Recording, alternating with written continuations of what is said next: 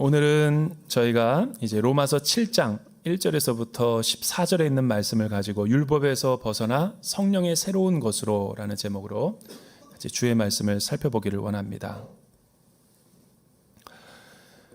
이 벌써 로마서가 이제 중반을 넘어서려고 하는데 우리는 앞에 할 때 뒤에 까먹고 뒤에 할 때 앞에 거 까먹고 그러는 우리 본성이 있어서 다시 한번 간략하게 짚고 넘어가고 우리가 이제 오늘 말씀을 다룰 필요가 있겠죠.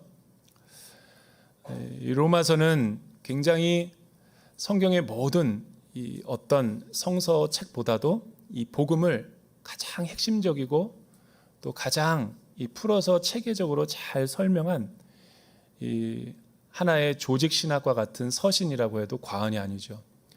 이 로마서가 있기 때문에 우리가 성경 전체를 이해할 수 있는 하나님 나라의 눈이 열렸다라고 해도 과언이 아닙니다. 그 정도로 우리 로마서는 여러분 인생 가운데 적어도 주님 앞에 설 때까지 1000번은 읽고 과장됐나요? 1000번은 읽고 주님을 만나야 돼요. 그래야지 그 영광스러운 주님 앞에 우리가 섰을 때 십자가가 얼마나 하나님 앞에 놀라운 이 구원의 소식이고 나를 변화시킨 이 복음의 본질인가를 다시 한번 감사할 수가 있는 거죠. 여러분 요한계시록 4장에 보면 24장로들이 자신의 면류관을 이 빛 되신 주님 앞에 발등상 아래에 있는 인류의 모습 앞에 면류관을 벗어서 던지는 장면이 나오죠. 요한계시록 4장은 인류가 드리는 지상 최고의 예배다 해도 과언이 아닌 정도로 굉장히 기름 부심 있는 예배를 묘사하는데 왜 어린 양 대신 예수 그리스도께 자신의 면류관을 다 벗어서 던져드릴까요? 우리가 취할 수 있는 영광이 아무것도 없기 때문이죠. 우리의 면류관은 로마서 1000독이라고 해도 저는 우리 대전 온누리교회 성도만이라도 그렇게 이 로마서를 우리 마음에 각인하시고 날마다 살아갈 수 있기를 축복합니다. 믿음으로 말미암아 자격 없는 우리가 의롭게 되었다. 십자가의 공로를 통해서 이 하나님의 의는 인간의 노력이나 힘으로 또 세상의 어떤 수단을 통해서 되어지는 것이 아니라 오직 예수 이름을 믿고 십자가의 공로를 의지할 때만이 하나님이 우리를 자격 없는 우리를 불의한 우리를 의롭다 여겨주신다라는 하나님의 약속입니다. 이 약속을 우리의 겸손하게 주님 앞에 무릎 꿇고 받아들이는 사람이 예수를 믿는 사람이고 또 오직 의인은 믿음으로 말미암아 살리라 할 때 그 의인에 해당된다라는 거죠. 우리는 죄인이면서도 예수 그리스도의 공로를 통해서 의인이 되었다라고 성경은 선포합니다. 이 복음의 소식을 소개하고 설명하고 싶은데 인류가 너무 심각한 이 죄의 전적인 타락과 부패 가운데 있기 때문에 이 복음의 가치를 이해할 수 있는 길이 없어요. 그래서 할 수 없이 바울은 복음을 소개하기 전에 먼저 하나님을 떠난 인류의 비참한 상태가 어떤 것인가를 이 건강검진을 통해서 쭉 조명하는 것을 볼 수가 있죠. 그래서 우리가 절대적인 하나님의 그 율법 앞에 섰을 때 우리의 모습이 얼마나 불의하고 타락한 존재인가를 깨닫게 되는 거예요. 1장 18절에서부터 31절에 있는 이 죄의 목록을 통해서. 그리고 우리는 이 믿음을 주신 하나님을 찬양하게 되고 또 아브라함의 믿음의 본질이 무엇이고 또 다윗이 어떻게 믿음으로 이신칭의의 복음으로 구원을 얻게 되었는가를 우리는 쭉 알게 되었죠. 그리고 로마서 5장에 오게 되면 이신칭의의 결과로 우리의 신분이 어떻게 변했는가를 바울은 요약해서 설명해 주고 있습니다. 그러니까 예수 그리스도의 십자가가 얼마나 위대한 복음인가를 우리는 다시 한번 깨닫게 하려는 바울의 의도가 숨어 있는 거죠. 여러분 이신칭의의 결과로 우리는 하나님과 화목하게 됐다라는 놀라운 소식을 접하게 돼요. 깨어진 관계성이 다시 회복이 됐다라는 거죠. 죄인 되고 원수 되었고 미처 하나님을 알기도 전에 이 예수 그리스도의 십자가의 소식을 통해서 우리의 삶을 구원하기로 작정하셨다라는 거죠. 이 구원의 소식은 이신칭의는 우리의 삶에 놀라운 이 존재의 변화를 가져옵니다. 첫째는 죄로부터 우리가 자유케 되는 놀라운 이 신분의 변화를 경험합니다. 절대적인 죄로부터 벗어지는 놀라운 경험을 하게 되는데, 두 번째는 우리가 믿음의 연합을 통해서 죄에 대한 이 책임과 죄책과 하나님의 무서운 심판으로부터, 두려움으로부터 해방되는 구원의 사건을 경험해요. 실제로 예수님을 믿으면 이런 하나님의 샬롬과 평안이 우리에게 옵니다.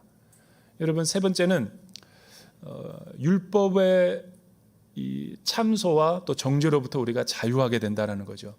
이 복음 안에, 이신칭의 안에 이런 놀라운 비밀의 소식이 담겨져 있는 거예요. 오늘은 7장 바로 1절에서부터 14절은 그 율법의 굴레로부터 우리가 어떻게 자유케 되는지를 설명하고 있는 본문입니다. 이번 이 제주 아울리치를 갔다 왔을 때 일정 가운데 그런 일정이 있었어요. 가이드가 제주 4.3 사건 기념 박물관이 있었는데 의무적으로 들어가서 우리는 쭉 거기서 이렇게 라운딩을 했는데, 그 그분이 얼마나 그 제주도민이신데 우리에게 명쾌하게 설명을 했는지 많은 거를 사실을 배웠습니다. 여러분, 예수를 믿고 구원을 받았는데도 왜 나는 실제로 구원을 받은 것 같지 않은 삶을 살고 있고, 왜 나는 여전히 이 죄에 넘어지고 세상의 유혹에 많은 마음을 빼앗길까? 이런 질문을 하는 성도들이 꽤 많을 겁니다. 이신칭의로 구원을 받은 것이 맞는가? 이런 퀘스천을 갖고 살아가시는 분도 많은데, 그거는 이렇게 마치 비유를 할 수가 있죠. 여러분, 45년도 이 나라 민족이 일제 식민지에서 해방이 되고, 또 48년도에 이승만 정권을 통해서 이 남과 북이 각각 이 자유민주 체제로 독립정부를 수립하게 되는 그런 아픔을 겪게 되죠. 이 나라가 분단이 되었다라는 거예요. 그리고 얼마 안 있다가 이 재헌국회를 통해서 자유민주주의를 공포하고 이제 새로운 주권이 들어서서 우리는 거기에 통치를 받으며 지금까지 살아오고 있죠. 그런데 놀라운 사실은 한국 전쟁이 일어나고 또 다시 또 한 번의 분단의 아픔을 경험하는데, 그러고 나서 우리나라는 자유민주주의로 지금까지 살아왔다고 하지만 자유민주주의가 체계적으로 수립되고 성숙해가는 그 과정은 녹록치 않았어요. 우리 한국 역사를 보면 잘 알 수 있죠. 여수 반란 사건이라든가 대표적인 게 4.3 사건이죠. 여러분, 48년 3월 1일 날 3.1절을 기념하기 위해서 제주도민들이 많이 이제 이승만 정부에서 시가행진을 하는데, 이 경찰이 타고 있는 그 말 뒷발굽으로 어린아이를 치게 되죠. 그런데 한마디의 사과도 없이 그냥 지나가는 걸 보고 주민들이 분개를 내서 경찰청장이 와서 사과해라 이런 요청을 했는데도 반응하지 않자 대규모 걸기대회를 이루어졌죠. 그런데 문제는 뭐냐면, 이 정부에서 워낙 그 게릴라들도 많고 빨치산도 많고 이 자유민주주의를 전복하려는 세력이 너무 반공 세력, 이게 그 공산 세력이 너무 많으니까 이 제주도민을 오인을 내버린 거예요. 그래서 3분의 1을 갖다가 엄청나게 죽이는 끔찍한 제2의 6.25가 일어난 거예요. 그 4.3 사건이죠. 그냥 겉으로만 알고 있는데 그 제주도민의 3분의 1이 그렇게 빨치산으로 취급돼서 죽은 아픈 역사가 이 나라 민족에 있어요.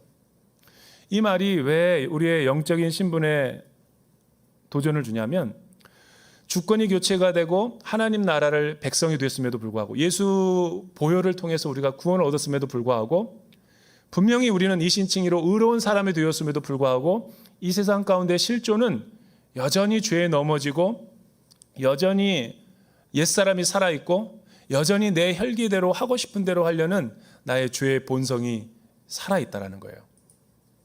십자가에서 죽었다라고 얘기했는데 나는 살아가고 있는 거죠. 그 이유가 뭐냐면 내 안에 간첩이 있기 때문에 그래요.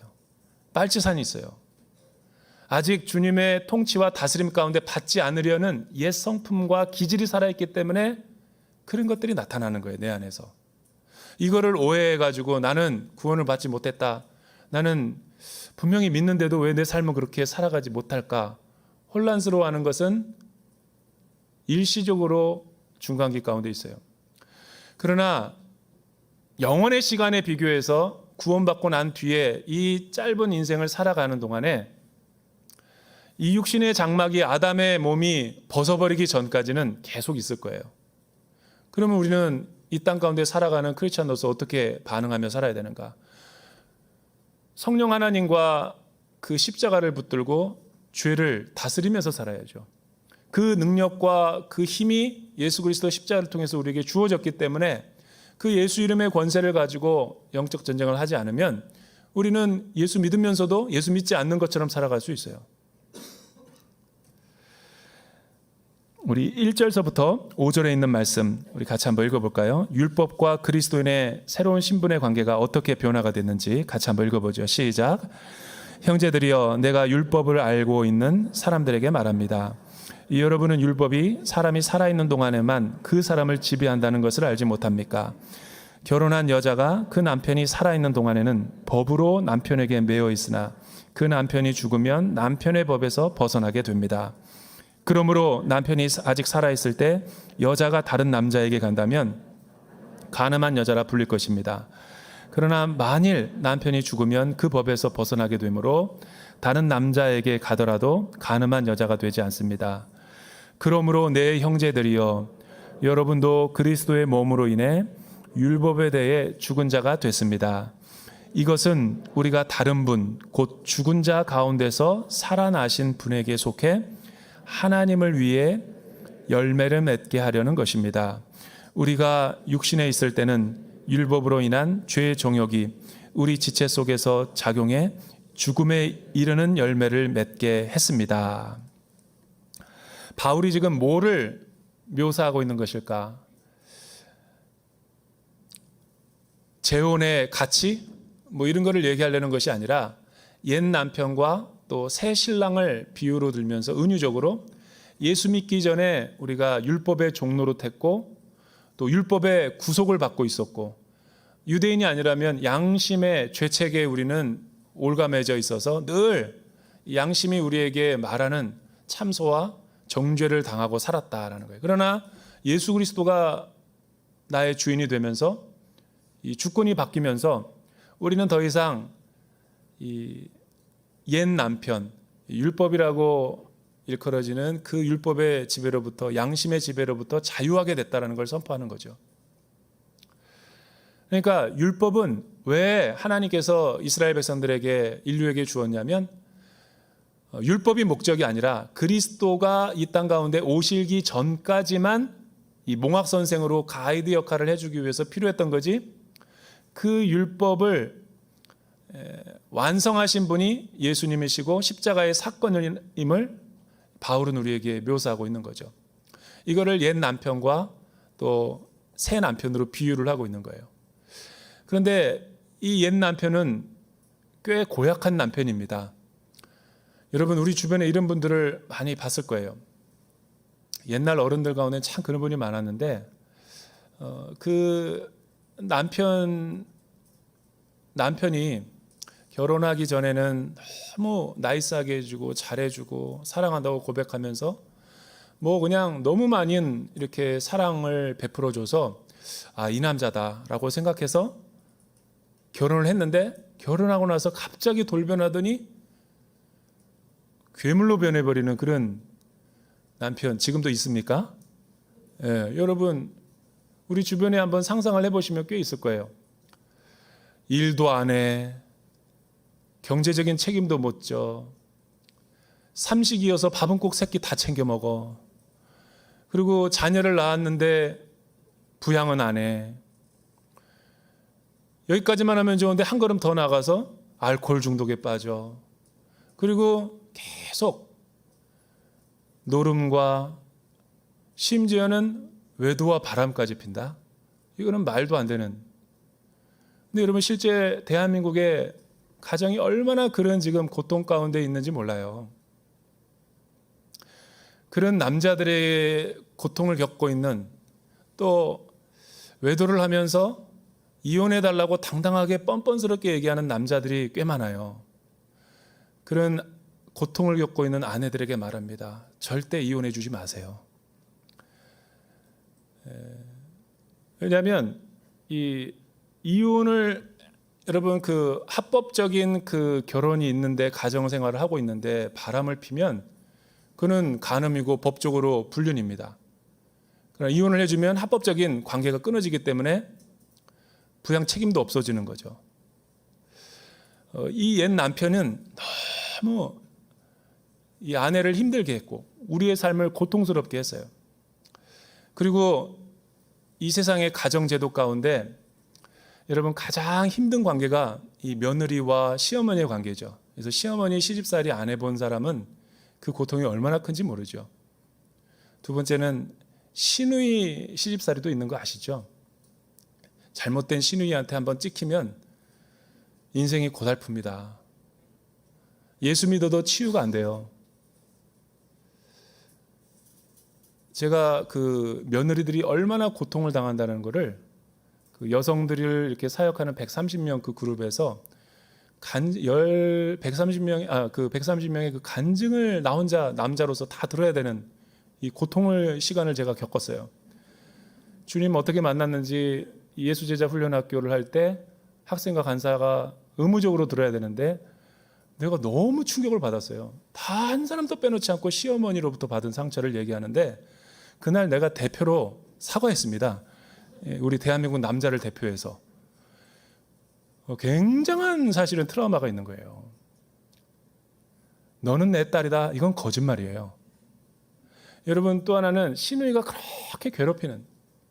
근데 뭐 여기까지는 그래도 이해는 가는데 그 간증을 들어보는데 시집살이 중에 시집살이가 남편 시집살이라는 거 아세요? 여기 아멘 했어요. 벌써 이쪽에서는. 이쪽은 아멘이 없는 거 보니까 여유가 있나 봐요. 여러분 남편이 의처증에 걸리고 또 남편이 굉장히 고지식하고 남편이 아내를 사랑한다고 생각하는데 그게 구속하고 막 퇴근하고 오면은 집에 있어야 되고 또 없을 때 자녀들을 다 규칙에 맞게끔 다 이렇게 집안 청소까지 깨끗이 해놔야 되고 막 이는 보이지 않는 압박을 하는 남편들이 부지기수예요. 그러면서 자기네 의무는 내가 이 가정을 위해서 돈 벌었지 않냐. 그러니까 돈 버는 거를 다 남자의 책무로 환원시켜 버리는 거예요. 하나님의 가정훈련학교 127기 들어야 돼요. 여러분 그거는 큰 착각입니다. 남편의 역할은 돈 벌어오는 게 아니에요. 가정의 모든 대소사에 책임을 물을 때 아내와 자녀들이 문제가 생길 때 아내 탓을 하지 않습니다. 하나님은 남편이 책임 있는 거예요. 남편의 가장 으뜸되는 책임이 뭐냐면 가정을 모든 자기가 잘못 안 했는데도 다 끌어안는 책임인 거예요. 그래서 남자는 고뇌가 있는 거예요. 결혼 안 한 강정모 목사님이 뒤에서 끄덕끄덕거리네. 네, 올해 안에 결혼할 줄로 믿습니다. 여러분 잘 생각해 보세요. 이 책임의 원리를 잘 알아야 돼요. 가정은 누구 책임입니까? 남자 책임인 거예요. 하나님이 그렇게 만들어 놓으셨어요. 근데 남자가 타락해서 가정을 시집살이 시키면 피곤해집니다. 그런데 주님을 만나고 나서 우리의 새 신랑 대신 예수 그리스도가 우리의 아픔을 치료하고 새 모든 우리의 신분을 회복시켜 주었다라는 자유의 선언을 지금 하고 있는 거죠. 이 옛 남편이 누구냐면 율법을 말하는 거예요. 율법은 계속해서 하라 하지 마라 하면 복 받고 하지 않으면 저주를 받고 힘든 삶을 사는 거를 이렇게 표현한 겁니다. 그러나 옛 남편이 죽었기 때문에 이제 그리스도와 새 신랑으로 우리가 새로운 질서와 새로운 창조 가운데 들어서게 됐다라는 거죠. 그분은 어떤 분입니까? 그리스도의 몸으로 율법에 대해 죽게 만들었고 자유케 되게 만들었고 또 죽은 자 가운데서 살아나신 분에게 속해 하나님을 위해 열매를 맺게 하려고 우리를 새로운 믿음의 관계를 만들어 주셨다라는 거예요. 그 근거를 통해서 우리는 새로운 통치를 받으며 살아갈 수 있는 길이 열린 거죠. 이게 이신칭의 놀라운 통치의 효력입니다. 여러분, 두 번째는 우리 6절에서부터 우리 11절까지 한번 읽어보죠. 6절에서부터 11절 시작. 그러나 이제는 우리가 우리를 올가매던 것에 대해 죽었으므로 율법에서 벗어났습니다. 그러므로 우리는 성령의 새로운 것으로 섬기고 문자에 의한 해묵은 것으로 섬기지 않습니다. 그러면 우리가 무슨 말을 하겠습니까? 율법이 죄입니까? 결코 그럴 수 없습니다. 율법에 비춰보지 않았다면 나는 죄를 알지 못했을 것입니다. 율법이 탐내지 말라고 하지 않았다면 나는 탐심을 알지 못했을 것입니다. 그러나 죄가 계명으로 인해 기회를 타서 내 안에 각종 탐심을 일으켰습니다. 율법이 없으면 죄는 죽은 것입니다. 전에 율법이 없었을 때는 내가 살아 있었지만 계명이 들어오자 죄는 살아나고 나는 죽었습니다. 생명에 이르게 할 그 계명이 나를 죽음에 이르게 하는 것이 됐습니다. 죄가 계명으로 인해 기회를 타서 나를 속이고 그 계명으로 나를 죽였습니다. 여러분, 이신칭의로 율법과 크리스찬들의 신분의 관계가 어떻게 새로워졌다라고 지금 이야기하고 있습니까? 그러면 우리가 무슨 말을 해야 합니까? 율법이 죄입니까? 이렇게 오해를 해서 또 윤리와 도덕은 필요 없다, 율법 폐기론자들이 나타난 거예요. 율법은 다 쓸데가 없다. 이제 자유케 됐으니까 우리가 마음대로 은혜 가운데 살기 때문에 우리는 마음대로 자유와 방종으로 살아가도 된다. 그럴 수 없다라는 거죠. 율법을 우리가 바라보는 시각에는 세 가지가 있어요. 첫째는 율법 폐기론자. 그러니까 이렇게 사는 사람은 자유로운 영혼으로 살아요. 나의 인생은 나의 것. 그리고 예수 믿으면서도 여러분 더 세상 사람들보다 윤리적이지 못하고 도덕적이지 못한 사람 얼마나 많은지 몰라요. 그게 왜 그러냐면 복음을 잘못 배워서 그런 거예요. 교회가 복음을 잘못 가르쳤어요. 여러분, 그런 은혜는 값싼 은혜고 값싼 구원이죠. 진짜 예수님을 믿고 믿음으로 말미암아 내가 구원을 받았다면 율법이 폐기돼야 되는가? 성경은 한 번도 그렇게 얘기하지 않았어요. 율법이 예수 그리스도를 통해서 완성이 됐다라고 얘기하지 1.1획도 율법은 폐하여지지 않아요. 왜냐하면 여러분, 출애굽기에서 율법도 천사들의 중보의 손을 통해서 우리에게 주신 것인데, 율법이라는 것은 하나님의 성품이고 하나님의 뜻인데 어떻게 해서 그게 사라질 수가 있어요? 그래서 율법은 제가 지난번에도 얘기했지만 어떻게 은유적으로 해석을 해야 되냐면 건강검진과 똑같은 거예요.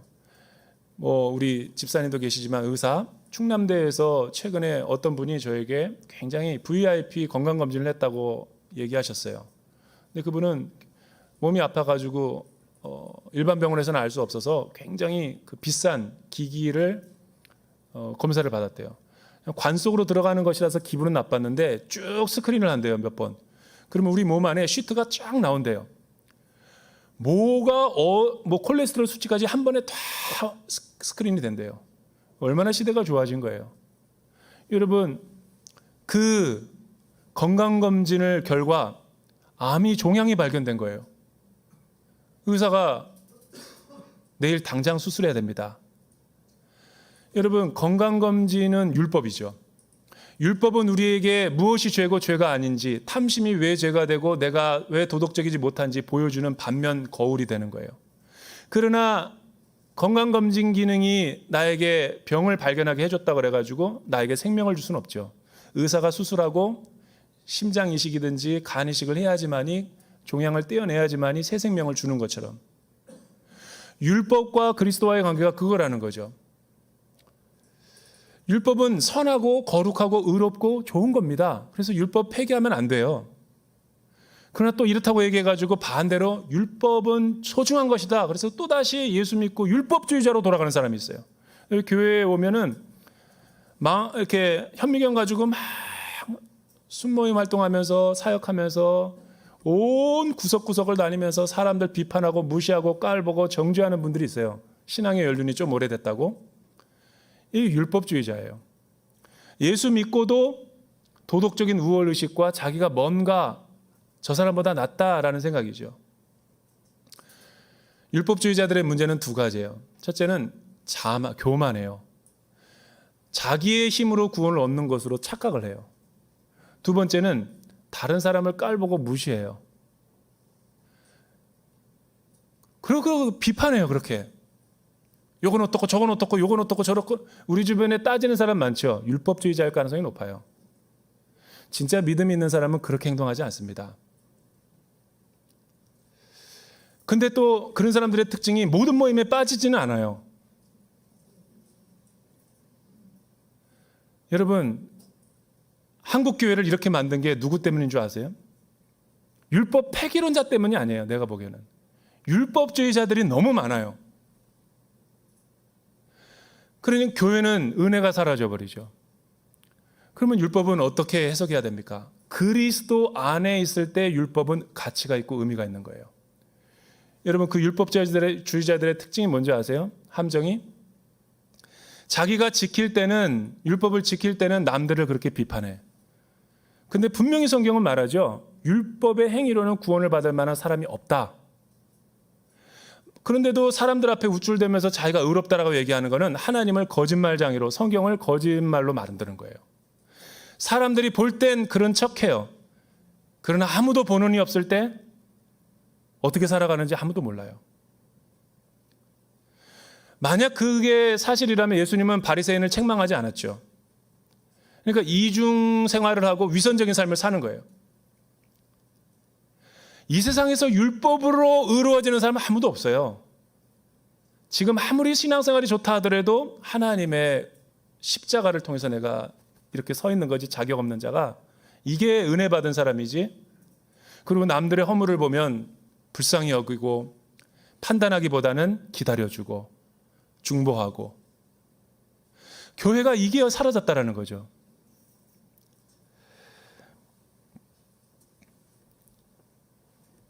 제가 이 12절서부터 14절까지 또 이런 말씀이 있어요. 죄가 계명으로 인해 기회를 타서 나를 속이고 그 계명으로 나를 죽였습니다. 어떻게 율법이 나로 하여금 죄로 타락하게 만든다라고 설명하죠, 바울이? 되게 어려운 난해 구절입니다. 여러분, 이런 경우를 우리가 한번 생각해 볼 필요가 있어요. 저는 새벽 기도를 할 때 보면 법을 한 번도 어긴 적이 없어요. 대전에 내려와서는. 그 말은 서울에서는 좀 어겼다라는 거죠. 근데 대전에 내려와면 이렇게 신호등이 느려요. 초록, 주황, 빨강.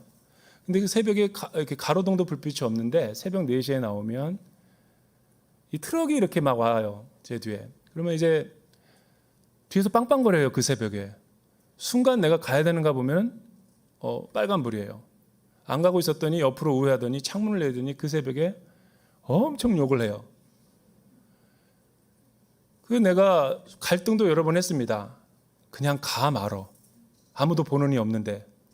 그런데 그 법을 어기고 나서 새벽에 설교를 하려면 그 설교가 되겠어요? 그래서 못 한다고요. 근데 뒤에서는 세상 사람들은 그렇게 하기를 원해요. 아무도 보는 이 없으니까. 갈등이죠. 율법은 선하고 좋고 아름다운데, 그런데 문제는 뭐냐면 내가 이 마음을 항상 갖는 건 아니에요. 지난번에 우리 두 아들과 함께 대천 해수욕장을 제가 갔는데 서해안은 처음 가봤어요. 근데 서해안을 가는데 서해는 나는 경부 고속도로인 줄 알았는데 너무 로컬들이 많고 신호등이 많은 거예요. 그 스피드 속도 제한도 많고. 그래서 막 가다가 또 수구. 그러니까 이게 또 감시 카메라가 숨어 있고. 감사하게도 내비게이션이 친절하게 400m 전방에 감시 카메라가 있습니다. 속도를 줄이세요. 이렇게 얘기해줘요. 제 내비는. 그래서 나는 속도를 줄이고 계속 그렇게 가니까 차가 고장날 것만 같아요. 몇 시간을. 바로 이런 거죠. 율법이. 항상 못 지켜요. 그런데 지키는 척하는 거죠. 그렇다고 중앙선과 속도 제한, 감시 카메라 다 없애자 이렇게 얘기해요? 그럴 필요 없어요. 그게 나를 보호해주고 있기 때문에. 그런데 이 율법이 왜 죄가 기회를 타서 우리를 타락하게 만들고 죄가 더 죄되게 한다고 그러죠? 이 법은 좋은데 그렇게 내가 꾀를 내가지고